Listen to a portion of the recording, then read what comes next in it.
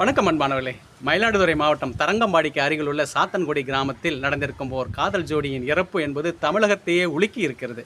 பார்த்திபன் என்னும் ஓர் இளைஞன் 19 வயது, திவ்யதர்சினி என்னும் ஒரு மாணவி +2 முடித்துவிட்டு கல்லூரிக்கு செல்ல தயாராக இருக்கிறார்.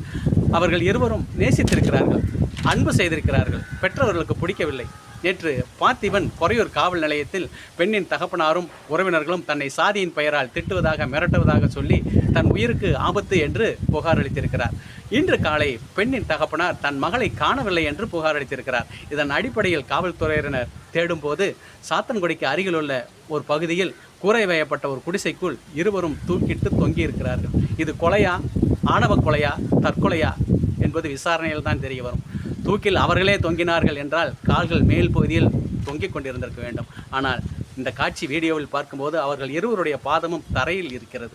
இது என்னவென்று நீங்களே முடிவு செய்து கொள்ளுங்கள். ஆமன்பானவர்களே, ஆதலினால் காதல் செய்வீர் மானிடரே என்று பாரதி சொன்னான். ஆனால் இன்று காதல் செய்தால் கொலை செய்கின்றோம் தமிழகத்தில். இது தமிழகத்திற்கு அவமானம். நன்றி.